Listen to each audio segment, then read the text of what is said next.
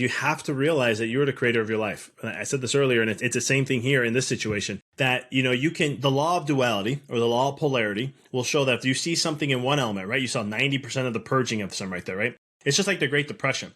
A lot of people, you only hear the story about the Great Depression and how bad it was for people and society in America and all that. But no one ever tells about the other side of the story where there was tons of millionaires that are being created and all this other growth. Today's episode is brought to you by ThriveCart. Need a shopping cart but don't want to pay monthly fees? ThriveCart is the perfect place to start your journey. When they first started, I didn't think they'd go the distance. Now I have an account. Yes, I've got egg on my face. See how easy ThriveCart makes it to sell digital products? Servemaster.com/ThriveCart. Are you tired of dealing with your boss? Do you feel underpaid and underappreciated? If you want to make it online, fire your boss and start living your retirement dreams now, then you've come to the right place. Welcome to Serve No Master Podcast, where you'll learn how to open new revenue streams and make money while you sleep. Presented live from a tropical island in the South Pacific by best-selling author Jonathan Green. Now, here's your host. Hello and welcome to another amazing episode of the Serve Master Podcast. We have a very amazing guest with us today who's had an amazing journey from growing up in a blue collar of his own businesses and ventures. I'm really excited to hear about his journey.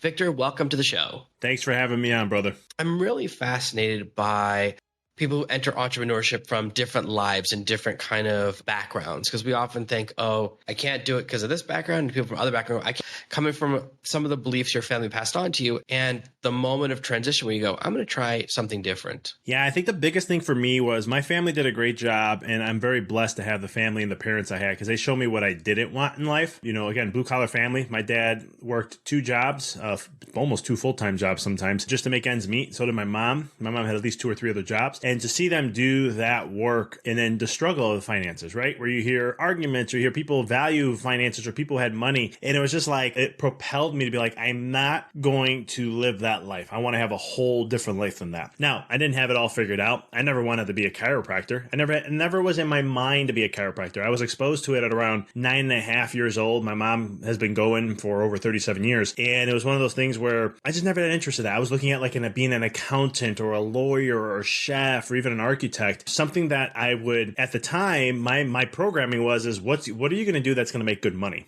Right? That's where my mindset was, rather than doing what I love. Even though you heard that often, there was always that, no, make sure you do something to make good money. And my dad always tried to push me into computers because he's like, money, there's a lot of good money in computers. And that's where I originally started. But yeah, my journey, that was kind of my motivation to strive for something. But to become a chiropractor, literally, I had health issues that showed up at 19 years old that didn't make any sense. Again, my mom's a fitness instructor, a yoga instructor. So I seen her growing up. She used to work with, what's his name? The guy he had the afro hair like Simmons. His last name is, I think. But anyhow, the funny guy, very animated. But long story short, so I saw eating well, taking supplements, eating good nutrition, exercising, that's health. And so that's what I thought it was. And then 19 years old, playing rugby for Arizona State, being in the best shape of my life, yet my health kept declining and it just got worse every month. And it didn't make sense. And it wasn't until my mom kind of persuaded me, instead of going to the medical doctor, go see Dr. Frank. That's who I used to go to before. And long story short, he changed my life and my whole health, everything drastically changed in more ways than I can explain. And that's where I was like, you know what? This is where my first mindset shift was like, okay, can I be successful as a chiropractor? Can I make enough money to the goals where I wanted to go? But the bigger thing is how can I help people serve at that level? Because I knew what I had wasn't that severe. I didn't have a chronic illness. I didn't have a label on me, but yet I know there's people that do.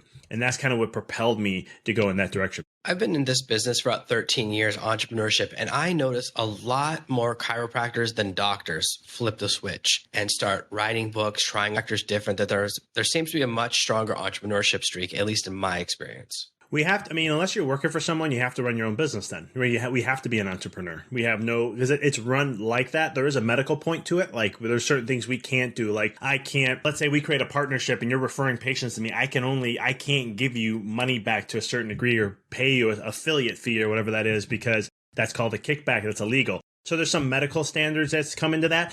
But it's very entrepreneurial, and you have to be entrepreneur. As coaching chiropractors, it's part of my coaching practices. I always tell them, you can't be a chiropractor, you have to be an entrepreneur. If you're going to be a chiropractor, you're going to fail in business or you're going to be mediocre. But if you want to be an entrepreneur, if you're going to be an entrepreneur, then you're going to thrive as a chiropractor because there's so much that we can do. And we're not taught business in school at all. Yeah, they tell you business. Being a business major myself, when I was going through school, and our school was considered to be more business-like, we had 3 business classes. It was a joke of a class, to be honest. And I was like, this is not business. This is not even teaching you the elements of how to grow a business. But the other thing, too, about chiropractors, though, is we have a big burnout rate, too. So you may see the flipping the switch on that also. I mean, 50% of chiropractors after 5 years are not practicing anymore. So there's a huge burnout to it also. Just like look at entrepreneurship in itself. I mean, you look at where's the most burnout. You see it in entrepreneurs. You see it in that kind of profession. But that's kind of the thing. But chiropractors, we have to be entrepreneurial in some way, shape, or form. The only negative about us is that we don't get taught that enough. So that's where we see, I think, that 50% comes into, rather than really leading more an entrepreneurial type mindset with things. Brought up something that has always been interesting to me. About 50 or 60 years ago, you could graduate high school with a certificate or a qualification as a plumber, an electrician, or mechanic. And they've kind of taken all that out of school, right? And it's much more shifted more and more towards liberal arts where you don't have skills. When I graduated high school, I didn't know the difference between APR and APY. You don't learn how to sew. You don't learn how to cook. And for me, sewing has come up a lot more often than trigonometry. I've never been in a triangle-based emergency, ever. It's never come up. I was like, man, if there's a situation with a bridge, I know what to do. And it's never come up. But I've twice in my life had to try to glue the sole back on my shoe because the bottom of a shoe fell off. And by the way, shoe glue, it doesn't do what the name says. It's a big old lie. It's the biggest lie I've ever seen on a product because 2 times I've tried to glue the bottom of a shoe back on. Both times it didn't work, 2 different shoes. That's come up to me more often, but I think you're exactly right that even in a lot of business schools, right, they don't teach the real practical nitty gritty. They don't talk about things like, what do you look for in a bank account? I don't know anyone who learned that in educational environments, like, oh, here's how to check bank fees and decide what's the right bank for you. Here's how to, assess credit cards, or should you go for the money cashback? You should go with airplane miles. And those are things that become very big for entrepreneurs because they make a big difference. And so I'm very interested in this. You are right as I think about it. I started off as an offliner, which is someone who sells like online services like SEO, videos, web design, anything to small businesses. And the dream client is always either car dealership or chiropractor. And the one thing that chiropractors have figured out that I try and teach people in other areas is the idea of the bundle. And this is something that chiropractors figure out, because it used to be you say, oh, I'm coming for one visit, you pay for one visit, you're gone. But then chiropractors go, no, if you buy a package of 10, I give you 11th for free, or get a discount for buying a larger quantity. And actually, I just saw someone doing this in making TikTok videos for clients. It was very interesting. The price per video was significantly lower if you ordered 30. Instead of one video for $100, you get 30 for $1,000. I was like, that is a genius move. She must know a chiropractor. So it's a very fascinating area of entrepreneurship to me, because you guys are the first ones who are at the forefront of some ideas of figuring out how to maximize client value and get people to come back. My mom is the same. She's been going to chiropractors for like 60 years, and it just becomes a big part of your life. It's something I've always been around. So I guess my next question for you is, you've now transitioned from doing full-time chiropractic. Is that correct? Yes. I'd love to know about that moment. So what was the impetus of the moment where you go, I want to enter my next phase of life? What motivated you? What was that experience like? Yeah, this all starts at 12 years old, to be honest. I mean, I always had an interest in life. And to be honest, I told my mom that I wanted to figure out this thing called life. Now, the reason why I said that is because I didn't understand why some people suffer and some don't. I didn't understand why, I couldn't get all the toys and all the video games, but I had friends and family members who had 5, 6 different consoles, 50, 60 games a piece on each of those, and all the toys. And I was just like, why am I in this life and they have that life? And it just used to frustrate me. So I said, I'm going to figure this thing out. So I've always in the back of my mind had something on mindset, but it didn't come to the forefront of my life until I was in chiropractic school, because not only did I go to chiropractic school, but at the same time, I started to study outside of chiropractic school, energy medicine and different techniques in energy healing and how energy works. And there was quantum physics principles and all these different things I want to get in. I got into spirituality and you name it, and how I want to know the deepest layer of how healing works. But what I got out of that was learning also how life works, because what worked in health also worked in finance, which also worked in your relationships and also worked in business, you name it. But I had to get to a point in my career to where I understood that it all came to the mind. And that's where it kind of led me after school, when I started having my own business, and I started to apply some of these things, universal laws. I started to look at my limiting beliefs. I started to see the baggage I carried from before, conditioning from family members, it gets passed down. Things that are what we call ancestral curses, that genetically we've been proven to show that there is truth that we pass down our experiences of life to our offspring, and the good and the bad. And there came a point that I got to 5 years in my career. I hit my financial peak from listening to everybody. But there came a point where I wasn't living my life and living my truth. And that's when I said, enough's enough. I'm going to take everything I know and I'm just going to apply to what I know and just see what it takes me. And this is where I started to go against the grain of what we're taught in entrepreneurship. Like, you got to work long hours to be successful. I think what they teach is like 60 to 80 hours minimum a week when you first start your business, or you got to grind and hustle. You got to put sweat equity in. Or even in business school, they tell you about opportunity costs, which is also another name for sacrifice. And you have to sacrifice things in order to get to success. And so that was my old conditioning too. And then I said, I'm not going to do that. There is no sacrifice. Why can't I have it all? Because if I'm truly the creator of my life, these are the questions I was asking myself. If I'm truly the creator of my life, and I'm coming from a biblical standpoint, I was created in the likeness image of God. There has to be I should be able to choose what I want to create for my experience. And universal laws will support that. Quantum physics supports that. Neuroscience supports all this. So I was like, I'm going to do this. Well, 2 years into it, about a year and a half, give or take, I did that. I was working 50% less, making more. My relationship with my wife grew just as much as it did with the business. My finances did, my health did. My mindset did. Everything in my life was expanding together, and I wasn't sacrificing one for the other. I would choose what I want to do, and I just did it. And once I got to that point, this is where I started to do coaching. I've been doing it for over 3 years, about 3 years now. And it was, I saw the message of what entrepreneurs, motivational speaking, and all that was doing, and I said, I need to make a change in that. I want to be able to show a different world. Not saying people can choose what world they want to go into. They can choose what I call Newtonian physics, which is force based, which means you do X amount of things. Here's your percentage. Here's your numbers. You do this over a period of time, you'll get to the success. It's just you're going to take a lot of work to get there. And I think that's why entrepreneurs are very burned out.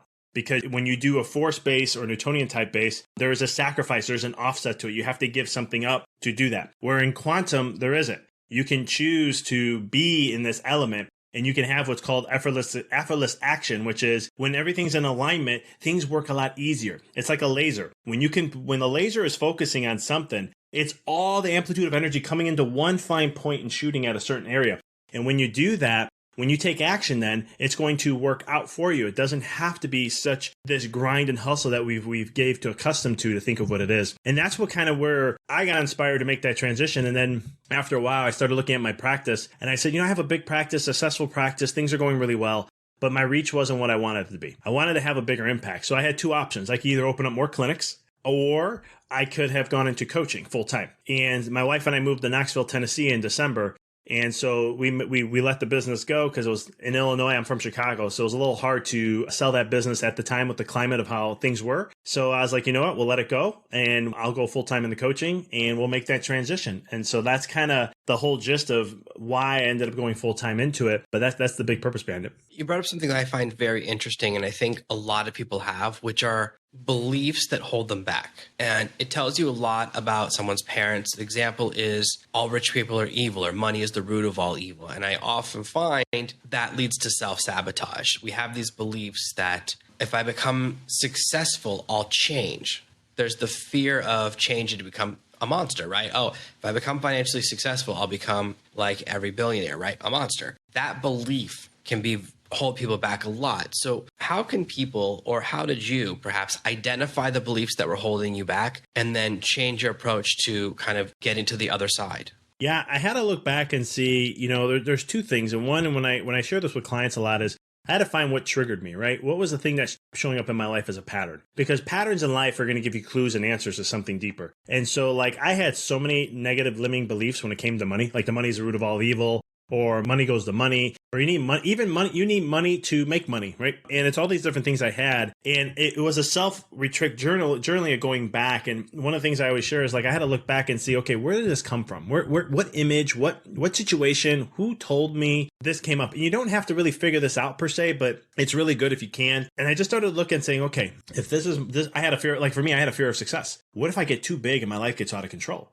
Right? Because I saw so many successful people having divorces. Or my dad would be like, look, at people who have money are miserable. And he laid carpet. That was one of the things he did. So we sometimes go to these big, massive homes, and he'll be like, yeah, this person, they don't get along, blah, blah, blah. And he'll just tell me a little bit. And I'll just be like, see, that look how unorganized their life is. So he would always try to find that negative to support his limiting belief. And it was one of those things where I was just like, I took that in at first, and it came a point where I had to, what I was doing was not getting me to where I wanted to get to. So I had to look at something else. And, and it wasn't like I just figured that out. I fell to the floor many times. So eventually I got tired of falling on the floor to where I was like, okay, I need to look back and do something different. So I started looking at, all right, where is this whole programming, right? Because the way the brain works, it's conditioned. And I knew 0 to 7 was that age range of where we're conditioned. That's where it's all imprinted in. So I was like, let me go look back and see. And I just started to do some self-reflecting. You can do this in journaling. For me, it was meditation that works for me. But you can do it in so many ways. But all of a sudden, it was just, I remember the time where a moment and I can just see it. And I was like, oh my goodness, that's when I took that in. And so now what I would do is I just say, well, I gave that, I let that belief system serve me. Well, now I'm going to choose a different belief system to serve. And I'm going to put my power and energy into that. And so I call it codes. It's like you're just writing a new code. This is the code of your life. This is what it's going to be. There's no if, and, or but. You just have to really say, this is my new belief. And then you have to condition yourself and support yourself because unfortunately, neurology doesn't make a change like this. You can make a change in your mind like that, but your neurology has to take time to condition and rewire to get to those new patterns. And so this is where you do, then when I made the changes, then I have to create a support system to hold me to it. And that can be something as simple as like putting a bracelet on, rubber band on your wrist. And every time you go back to the old belief system, you can snap it, or you can switch to the other bracelet. And then you just reinforce what's that new belief system. Sometimes you can make that new belief system an affirmation that you practice daily. But it's something that you have to constantly just make sure you're keeping your energy in a certain place. That's what I did initially. What I teach clients now is just learn how to get into the feeling of it. Know the feeling of when it shows up, because that's actually going to give you more information and you're going to be well more aware of it. Knowing that lower energy, this is something you have to learn because we're so taught to look outside ourselves instead of looking within. But if you use this body, this is the most technological advanced thing that's out there. And if you can learn how to use it and become aware of it, you can leverage your mind to be conditioned in a way to go, hey, that feeling means this. This is what we know. How about we become aware of it, change it, and let's raise our vibration to this level. And then we can reinforce that new belief. And when I started to do this later on in my career, this made changes happen faster for me so I can really transmute through those belief systems. There's some really specific entrepreneurial beliefs that seem to have been created from thin air to block people. An example is there's this statistic that 9 out of 10 businesses fail within the first 5 years, or 50% fail the first year. And that's only if you include restaurants and that people that start a business and kind of don't really do it and don't really go into it. Like, oh yeah, I started a blog and I wrote 2 posts. If you include people that just actually try to start a business, the number's completely different, right? Of course, restaurants have the high failure rate. If you don't include them, they're like 80% of the failures. That's one of the things I remember. And that becomes this huge barrier, but it's the statistic that seems to have come from nowhere. Kind of like, I've never met the 5 dentists. They ask if they recommend toothpaste, and the one that says, oh, don't use toothpaste. There's no dentist that I've met a 10 rule or 50%, whatever, different versions. There's always a different number. And the third version is you get advice, don't start a business, this will happen. And it's always from someone who's never done it. And so they're giving advice often that's justifying their own inaction. Like, oh, I have to believe this, or I have to say, oh, I should have done something. So they pass it on. So with these specific entrepreneurial beliefs, how would you approach them? If you were starting over again, you were going back to a younger version of yourself, how would you approach these particular barriers that they're so specific? They're so specific saying, don't start a business. No, I went through it. So like when I got out of school, it was September 2009. We all know what happened almost a year ago from there, October 2008, right? And so 2009 I come out and I have chiropractors telling me the new method is getting into groups. Don't go on your own. You're not going to survive. People don't have money. Look at where we're at in the society, right? And I already thankfully I was aware enough to where I was like, no, that's just your limiting belief. That's your world that you're trying to persuade me about what's in your world and what you see, and trying to have me see it the same way. Literally 26 years old, that's what I'm saying. And I went out and I said, no, I'm going to start my own business. And you know what? If you're right, so be it. At least I went after it. That's always been my mentality. So like, even when someone says like, oh, 9 out of 10 businesses fail in 5 or whatever it is, 50% in the first year, that again, it's just like when it comes to science, right? Being a chiropractor, I spend still to this day, even though I don't practice, I still spend at least 2 to 4 hours a week studying research because I always like to be on top of my game. Even though I'm not practicing anymore, I'm big into health and I want to know what health is so I can help myself out and my family. So even when I told my patients all the time, here's the science and here's the study, but just know that that's just the average. That's just a commonality. It doesn't mean that you can fall into that. You may, but there's also the outliers to that too. And that's just pure that's stats. We always have the main average and then there's deviations off that and there's outliers that come from there. So, and I said, I only say this because I'm usually an outlier. I don't know why. Who knows? You put the average stat into something of what you do and I'm going to be usually on the outlier of that. I still haven't figured that out, but maybe it's a belief system I just don't know about. But long story short, it's like I wrote my third book. I talk about conditioning of the mind. If you believe and you open up your door to that and you believe that to be somewhat true, then your reality is going to be that. Quantum physics says how you see something is what it's going to be. That's the observer effect, keeping it very simple. So if you understand that, if you take someone who says, hey, 50% of businesses fail in the first year, you are going to get into a fight mode. You're going to go into survival. You're going to go into a primate aspect or the reptilian part of your brain. And so now you're in this survival mode and you just got to you're going to do everything that entrepreneurs tell you to. But they're, looking at my life and what I went through, it's one of those things where, again, if you realize that that's just their limiting belief, choose what you wanted to believe. I started a business when we were in a recession. I started out, thankfully, I wasn't fully a corporation until 2012, but I had a doc who offered me an opportunity at 2010 to rent space out of her office in April.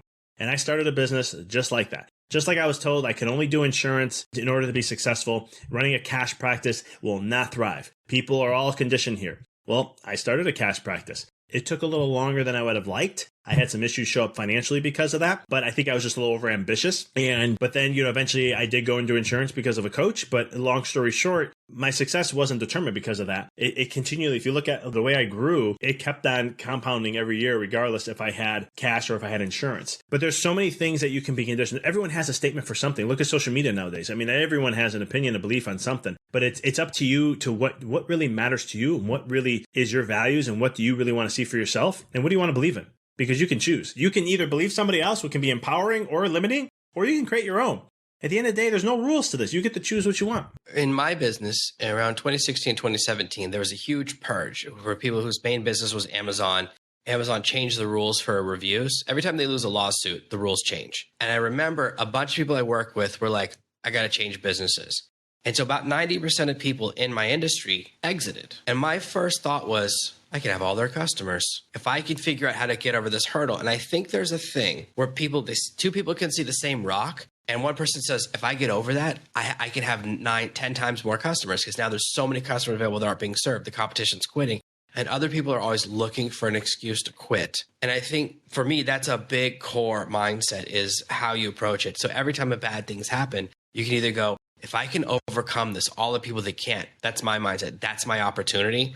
But so many people have that mindset of almost like they're always looking for why the program doesn't work or why the system won't work or why it's all false. They're always, I guess maybe the word is scam hunting or excuse hunting. Where does that mindset come from? And how would you recommend people to pivot away from that and start to use real data and start to look for opportunities to kind of let go? And maybe even the word is being willing to be risky. Like say, oh, I'm going to try things that are a little bit riskier that everyone says are dangerous because I want the opportunity.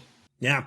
I mean, it all stems from a low self-worth. That's where it is. You have a low self-worth of oneself. Maybe it was, parents, friends, family, who knows. And for me, I had that. I have one of my biggest limiting beliefs is low self-worth because I've always had my power taken away. And then it came to a point where I was like, okay, it's not about what I want or what I choose because no matter what, someone's going to take it away or hold me to it, or I have to wait until someone else chooses. So like some authoritarian figure instead of me just choosing what I want and making it happen. And, so coming over those kind of things. And one of the first things is you have to realize that you're the creator of your life. I said this earlier, and it's the same thing here in this situation that, the law of duality or the law of polarity will show that if you see something in one element, right? You saw 90% of the purging of some right there, right? It's just like the Great Depression.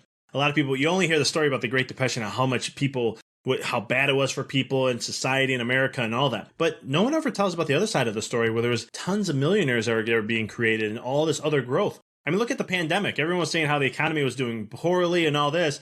But yeah, what I think in my book I said was like 56% of billionaires' wealth grew during those times. Now, who knows why? I don't get into all the little things that they have done. Maybe they control things. Who knows? But I don't get into that. But the point I'm trying to make is that it's how, at the end of the day, what are you going to give your energy to that you want to believe to be true? Like you saw in a realm that was like, hey, you know what? I can get all their customers if I could just figure out how, right? You already opened the door for that. You gave it an opportunity and you had a viewpoint to that. Now, all of a sudden, that's mindset because you're looking at it from a growth perspective. And when you see things from a growth perspective, you always know there's always growth in everything in life. Where a fixed perspective says, hey, this is just what it is. So I'm going to give it an excuse of this or this is why. But what they're really saying is I'm not worthy of this. That's at the end of the day. And it's a form of, again, low self-worth, but it's also a form of self-sabotage. Because if you keep looking for excuses, you're going to find them. Because you're giving your energy to that. So at the end of the day, here's something you can do is just stop giving excuses. Stop, look at what you can do every single day. Know that you are valuable enough. And there are things, do you have to figure everything out? No, you don't have to. Things will come to you. It's about where do you put your energy and your focus to every day? Because as long as you do that, the idea is going to come. Something's going to show up to you. It will happen. It's law. It's universal law that states these things. Even for myself, I'm a type A driver personality. And before I had to figure things out. Like when I first got into business, I'm like, okay, people don't have a lot of money, so I got to figure this out. I gave up all the excuses, or I was giving them excuses not to even, work with me. And then there came a point where I'm like, well, forget trying to get ideas. How about if I just keep the focus on my vibe and where I want to be and visualize what I want to create? And I know that as long as I stay in that space, things will come. This is called effortless action because you don't have to try to figure things out. It'll just come to you. And when it does, you're like, oh, I didn't even think of that. Man, that's a genius idea. Let me run with that. And then all of a sudden you do, and it becomes successful. It's the same thing like another example of my life is my books. I don't figure out, I have a goal of writing 30 books, and I don't have them figured out. If you ask me what my next book is, I honestly, I can't tell you. I have no idea what it's going to be. But they come to me. And then when they come, it's like, oh, that's a good book. I like that title. Okay, great. Let me go with that. And then same thing with writing the book. It's just, I figure out the chapters. What's the chapter should be? Well, when it comes to me, I'll start writing. And then the chapter comes, I know the title, and then bam, I write the book. And next thing you know, 22 hours later, I have a book. Not in a day time. It's the amount of work I put in total. But it's one of those things where it's seeing to take, just honing in and knowing that, stop giving your power to excuses because you're going to have more of them. Know that if there's one situation in life, there's always an opposite to that too. And it's just which one you want to give your power to. Which one do you believe in? Which one do you want to experience? And then literally, when I say give your power, you're going to focus there. So you're not going to say, well, I want, economy's low, but I can still be successful. Here's 90% of the market's jumping out. Well, I still can be successful in some way, shape, or form. But if you're allowing all the distractions to pull you back, news, media, whatever it may be, your profession you're in, or whatever the experts are telling you, if you're giving attention to that, it's going to keep pulling you back to the other experience until you fully jump in.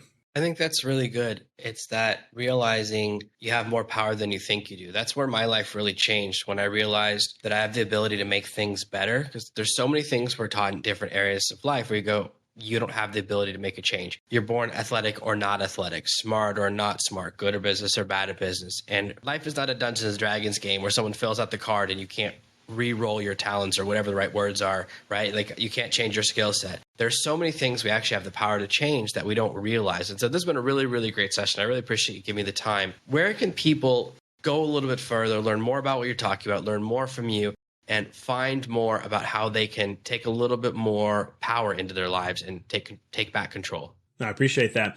Everything, my hub is my website. So www.empoweryourreality.com. I have everything there you can go to my free resources page. I have an ebook on visualization. I have a free book, a free video about just talking about how to end the sacrifice. If you like what I'm talking about, I offer a free one-on-one coaching call. If you're on the social media side of things, if you scroll to the bottom left of the website, you can find me on Facebook, Instagram, LinkedIn, and TikTok. I do daily reels and some stories and content that relates to these kind of things and so much more, from money mindset to a spiritual mindset to business and just mindset in general and health. So check me out. If you have any questions, you can DM me. I read all my DMs because I love doing what I do, and this is a big service for me. That's amazing. Guys, check it out, empoweryourreality.com. Thank you so much for being here and giving us your time. Dr. Victor, thank you so much. I really appreciate it. Thanks for having me. Thank you for listening to today's episode. Starting your blog is an amazing step. Now it's time to get your first 100 raving fans as quickly as possible. Let me show you the shortcut to this milestone with my free guide at servemaster.com/100. That's /100.